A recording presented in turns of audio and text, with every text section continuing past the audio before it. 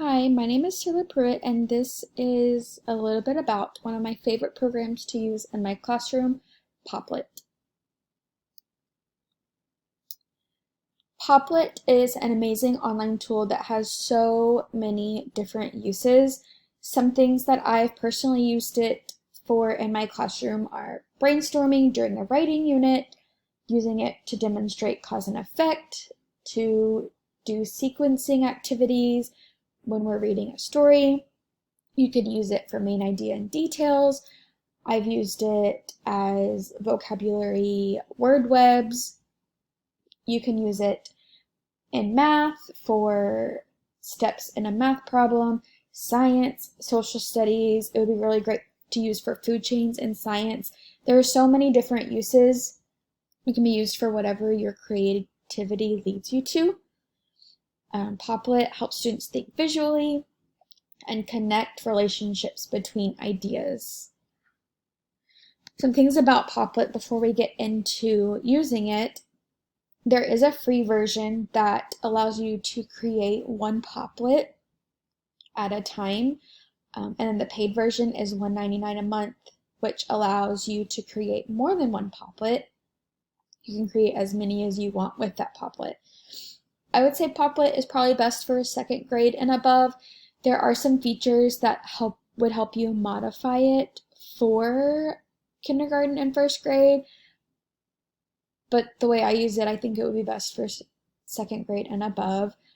One of my favorite things about Popplet is that it is collaborative. You are able to invite users to join your Popplet board and add to it so that all of your students' responses are on the same Popplet board.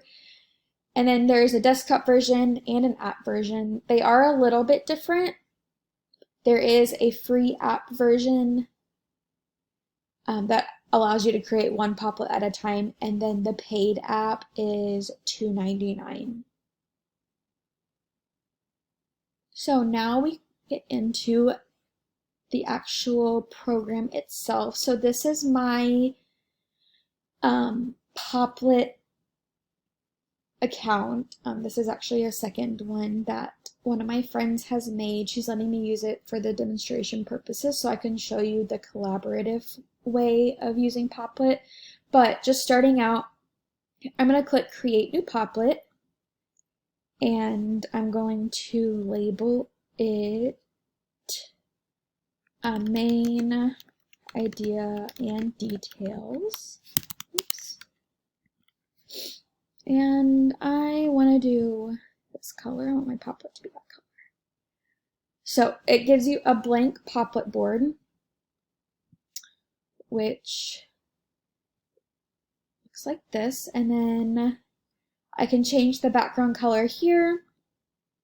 This is like a settings where I can make a new Popplet and it'll pop up. And so I'm going to type in my main idea, which might be let's see, lions, oops, my main idea is just about lions. And then for the details, I can put the details about lions. Lions are carnivores. I can put lions live in the savannah. I can put lions camouflage with the tall grasses. Okay, so I can adjust the size of my popple. I can even change the color of the outline. I can change this. It allows you to really customize your individual popple. You can even upload an image to your Popple. You can add in a URL. You can add in a video. So there are lots of different ways that you could use the Popplet.